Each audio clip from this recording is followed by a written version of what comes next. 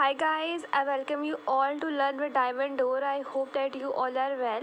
As you know that we are covering the whole syllabus of business studies class 12th, right? और अभी हम इस chapter 11 पे हैं, that is nature and significance of management. और इससे पहले वाले वीडियोस के अंदर we have already covered many more concepts and case study along with it. और आज की वीडियो के अंदर we are doing the case study which is related to the previous concept that we have already done.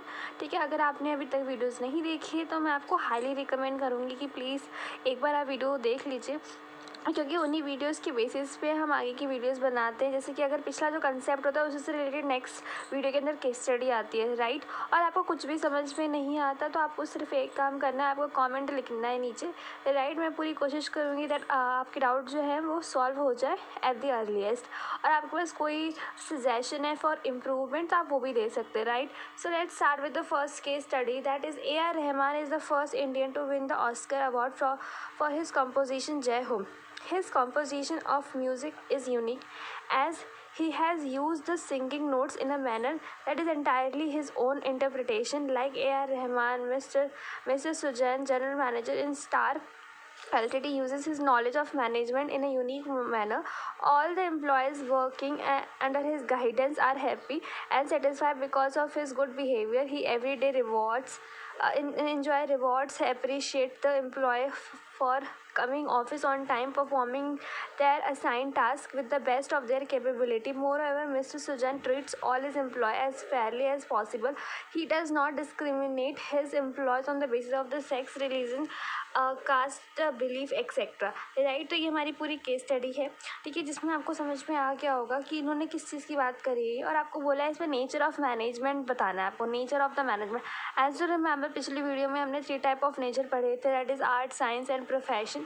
उसी में से एक के बारे में बताना के लिए बोल रहा है आपको, राइट। तो यहाँ पे क्या है, यहाँ पे जो हमारा डांस होता है या फिर सिंगिंग होता है, इस सबको आर्ट बोला जाता है। यहाँ पे मैनेजमेंट एज आर्ट को कंपेयर कर रखा है, राइट। बेसिकली 2 जगह से, एक तो A.R. रहमान से, एक मिस्टर सुजैना जो जनरल मैनेजर है स्टार Ltd, ठीक है। तो यहाँ पे किसकी बात कर रहे हैं, ठीक है। मुझे साइंस का कुछ नहीं समझ में आया, ना ही प्रोफेशन का कुछ समझ में आया, बट हाँ यहाँ पे आर्ट की बात की गई है। तो यहाँ पे जो इसका आंसर है वो मैनेजमेंट एज आर्ट हाईलाइट किया गया है, राइट। और ये 1 नंबर का क्वेश्चन है, तो मैं आपको रिकमेंड करूँगी दैट आप जो है इसको एक लाइन में ज़रूर एक्सप्लेन करके आए एग्ज़ाम के अंदर, राइट। क्योंकि कई बार examiner wants that you have to explain, ठीक है ना। और अगर आप एक्सप्लेन नहीं कर पाते हो, ठीक है, तो वो नंबर काट लेता है। वैसे ऐसा नहीं होना चाहिए, बट ऐसा होता है, ठीक है। तो आपको एक्सप्लेन करके आना, right. So let's discuss the next case study.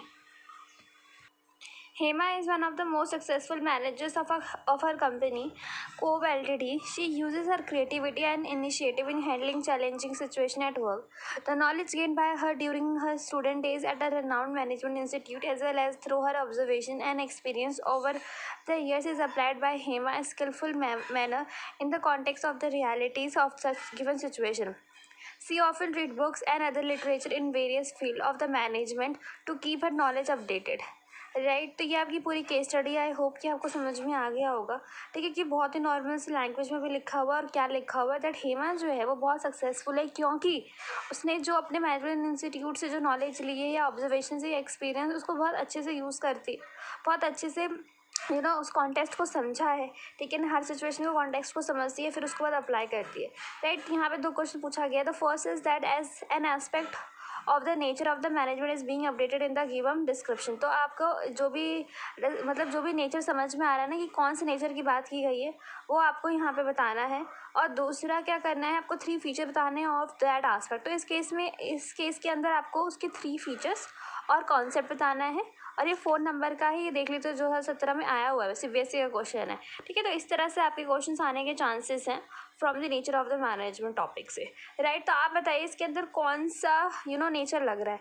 तो नॉर्मल सी बात है, मैनेजमेंट एज एन आर्ट लग रहा है। वो कैसे पता चला कि यहाँ पे एक वर्ड दे रखा है क्रिएटिविटी, इनिशिएटिव, ठीक है। इस तरह क्रिएटिविटी कहाँ पे यूज़ होती है, आपके आर्ट्स में होती है, राइट। वहीं पे आपने पढ़ा भी है उधर, जब मैंने आपको समझाया था, ठीक है। तो उधर क्रिएटिविटी की मेंशन की गई है, राइट। और यहाँ पे और भी बहुत सारी जगह, जैसे स्किलफुल, ठीक है, ये भी आपका एक आर्ट को आर्ट की प्रस्तुति करता है, राइट। तो ये आपको यहाँ पे मेंशन करना है कि कौन सा कॉन्सेप्ट है, और मैंने आपको जैसे कि ऊपर वाली केस स्टडी में बताया था कि आप एक्सप्लेन कर दीजिए 1 to 2 लाइन के अंदर कि क्या होता है मैनेजमेंट एज एन आर्ट। और यहाँ पे साफ सीधा बोला गया है कि आपको डिस्क्राइब करना है इसके 3 फीचर्स, तो मैंने बहुत अच्छे से आपको एक्सप्लेन करे हुए थे। अगर आपने वीडियो नहीं देखी तो highly recommended, please watch it, right. तो यहाँ पे इन्होंने पहले लिखा है existence of theoretical knowledge. Yes, management के अंदर थ्योरेटिकल नॉलेज होना चाहिए, right. Next is that the personalize application. Yes, इसके अंदर पर्सनलाइज एप्लीकेशन का यूज़ होता है, ठीक है, क्योंकि आप आर्ट्स को क्या करते हो, अपनी क्रिएटिविटी और यूनिक मैनर से यूज़ करते हो, ठीक है। उसके अंदर ऐसा कुछ नहीं होता कि आपने बिल्कुल ही पढ़ा लिखा यूज़ कर दिया, राइट। और यहाँ पे क्या होता है, यस देखो यहाँ पे क्रिएटिविटी वाला पॉइंट भी आ रखा है, ठीक है, क्योंकि कंटिन्यू प्रैक्टिस पे होता है, क्योंकि एक आर्टिस्ट जो होता है वो लगातार प्रैक्टिस करता है, और जितना ज़्यादा वो प्रैक्टिस उतना ज़्यादा वो निखरता रहता है, right. So let discuss the next case study. तो आई होप कि आपको ये दोनों केस स्टडी अच्छे से समझ में आ गई होगी, और अगर आपको नहीं भी आई हो तो टेंशन लेने की ज़रूरत नहीं है, आपको सिर्फ कमेंट करना है। मैं उसके लिए दोबारा वीडियो बनाऊंगी, दोबारा अपलोड करूंगी, और आपको कुछ भी दिक्कत आती है ना तो आपको सिर्फ कमेंट करना है। मैं पूरी मेहनत करूंगी कि आपका जो डाउट है ना वो बिल्कुल मतलब ज़ीरो हो जाए, सब कुछ समझ में आ जाए, 100% you are able to understood the concept and the case study as well, right. Next is that Akshat and Kshitij are the manager at the same level of the management in the company. Akshat says that the management is an art, whereas Kshitij says the management is a science. As director of a company and explain the true nature of the management to Akshat and Kshitij. तो फिर भी देख लीजिए, आपको manager बना दिया गया है और आपको इन दोनों को समझाना है कि वो क्या है, वो आर्ट है कि साइंस है। तो क्या आपको खुद ये आंसर देना है, उसके बाद फिर मेरे आंसर को देखना है, राइट। आप वीडियो पॉज कीजिए, आंसर लिखिए, ठीक है, और आपको कहीं और नहीं, सिर्फ आप कमेंट बॉक्स में लिख दीजिए ना इसका आंसर, कोई दिक्कत ही नहीं होगी। आपके पास बहाने रहते हैं ना, पेन कॉपी नहीं है हमारे पास, हम तो सिर्फ सुन रहे हैं वीडियो। आप कमेंट बॉक्स के अंदर इसका आंसर लिख दीजिए, राइट। तो ये 6 मार्क्स का क्वेश्चन दे रखा है, और आपको एक्सप्लेन करना है अकॉर्डिंग टू द मार्क्स। तो देखिए कैसे एक्सप्लेनेशन देनी है आपको। तो सबसे पहले management as an art, of course उसको आर्ट कहते हैं, तो आपको उसे एक्सप्लेन करना है विद द फीचर्स, ठीक है। देखो एक लाइन में इन्होंने मेंशन कर रखा, मैं आपको यही लाइन कहती हूँ बार बार लिखने के लिए, राइट, कि because like in art management too there is existence of theoretical knowledge, personal application of theoretic scientific method और continuous practice and creativity, right. फिर आपको साइंस के बारे में बताना है कि management is regarded as a science because like science management is.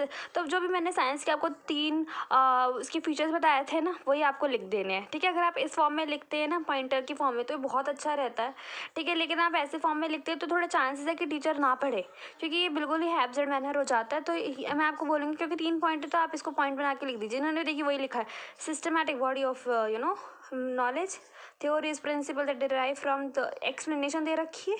और फिर उसके उन्होंने लिखा है क्योंकि मैटर जो है डील करता है ह्यूमन बींग से, तो इसलिए वो कैपेबल नहीं है एक्यूरेटली प्रिडिक्ट, ठीक है। तो यू रिमेंबर कि इसका एक कॉन्सेप्ट तो पूरा का पूरा सेटिस्फाई कर रहा था, लेकिन जो 2 कॉन्सेप्ट थे ना, ठीक है ना, वो जो हमारे थे वो फुल्ली प्रेजेंट नहीं थे, ठीक है। तो आपको वही, तो मैं आपको बताऊं जो प्रीवियस वीडियो के अंदर मैंने आपको सारा एक्सप्लेन कर रखा है ना, आपको उसी को शॉर्ट बना के लिखना है, राइट। अब next is the true nature of the management. और अगर मैं ट्रू नेचर की बात करती हूँ तो इन्होंने लिखा हुआ है कि जो मैनेजमेंट है ना वो बोथ है art and science. The practice of management is an art. However, the managers can work better if the practice is based on the principle of management. तो देखो दोनों की बात, दोनों को क्या कर दिया, मर्ज कर दिया, ठीक है ना, कि वो मतलब अगर वो करते हैं तो बहुत अच्छा है, लेकिन अगर प्रिंसिपल ऑफ मैनेजमेंट कि अगर वो आर्ट जो है वो कोड ऑफ कंडक्ट के दायरे में रह के या सम प्रिंसिपल के बेस पे करते हैं तो वो बहुत अच्छी बात है। और ये प्रिंसिपल जो है कॉन्स्टिट्यूट दो science of the management and management is an art science therefore not mutually exclusive, ठीक है। और क्योंकि मैनेजमेंट दोनों है तो म्यूचुअली एक्सक्लूसिव नहीं है।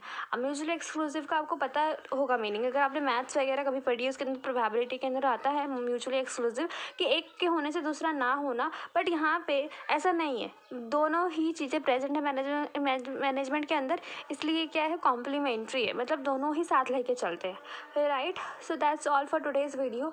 If you have any doubt then do comment below and do like share subscribe. I am very thankful to you. Bye bye guys, take care.